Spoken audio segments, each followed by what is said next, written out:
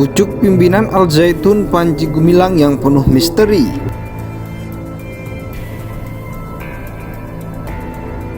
Secara kepemimpinan, pemimpin NII yang bernama Abu Ma'arik alias Samsul Alam alias Abdus Salam Panji Gumilang adalah Mudir Mahat Al Zaitun, pemimpin Yayasan Pesantren Indonesia tahun 2005 dan pendirinya.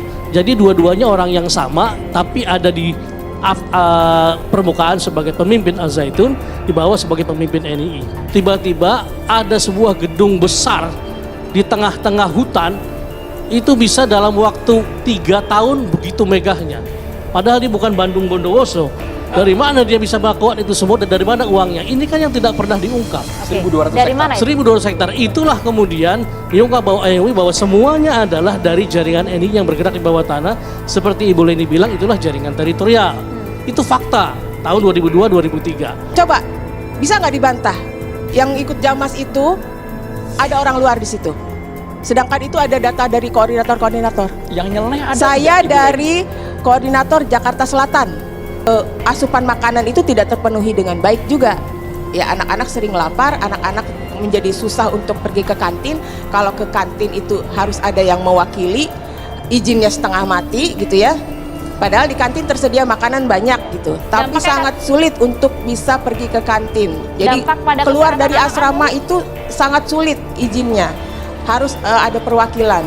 Memeriksakan dan sempat dikatakan kurang gizi ya. Saya cek waktu oleh dokter gizi. Dokter dong, ya dokter ahli gizi. Kepada 36 orang NII yang sedang melakukan bayat.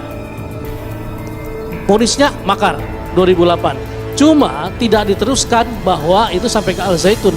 Jelas pemimpinnya Panji Gumilang. Dia bikin green economy. Yeah.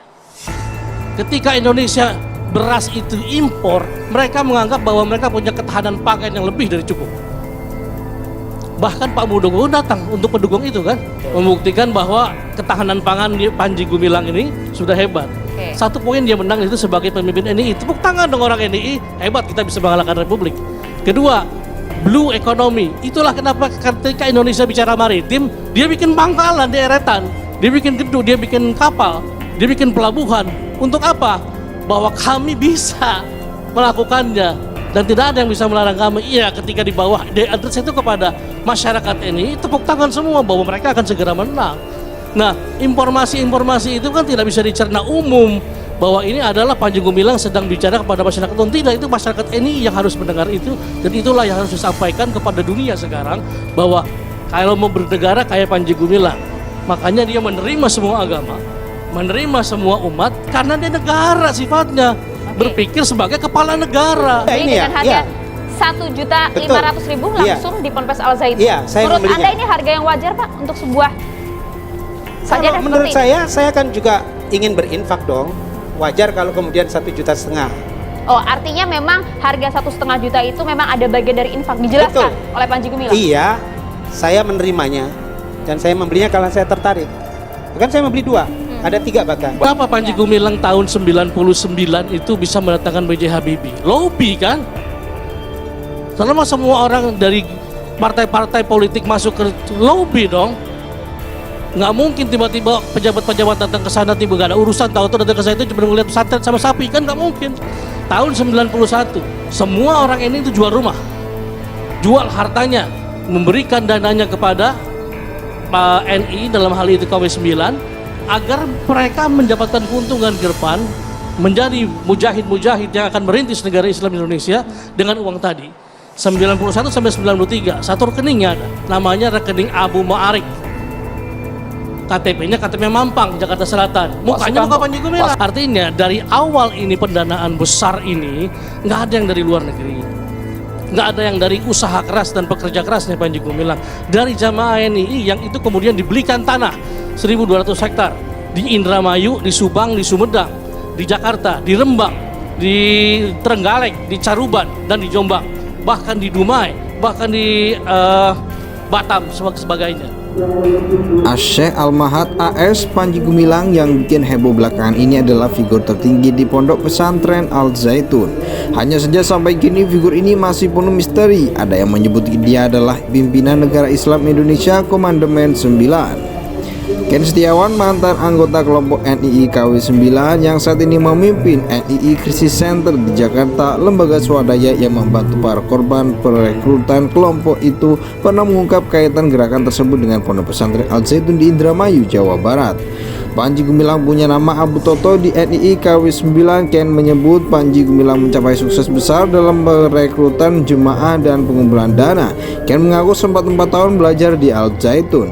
Al Zaitun adalah pondok pesantren yang terbesar, termodern, dan termegah di se-Asia Tenggara. Dibangun dan berdiri di Haur Gelis, Indramayu, Jawa Barat. Diperkirakan menelan dana sebesar 4 triliun lebih.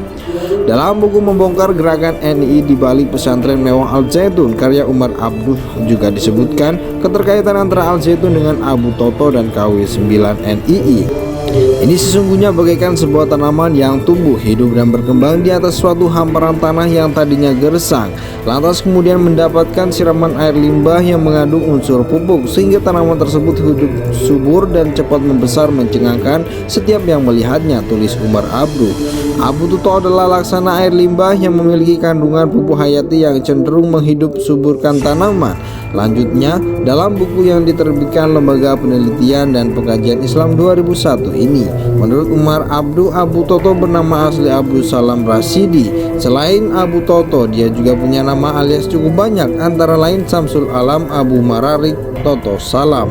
Namun hanya ada satu nama yang paling dihormati dan disegani di lingkungan Pondok Pesantren Al Zaitun, yakni As-Syaikh Ahmad Panji Gumilang, ujarnya. Pengamat terorisme Al-Qaidar juga pernah mengungkapkan bahwa dia adalah Abu Toto. Eksistensi Panji Gumilang sebagai pemimpin Al Zaitun sekaligus NII KW 9 sejatinya tak lepas dari program defeksi pemerintah Orde Baru.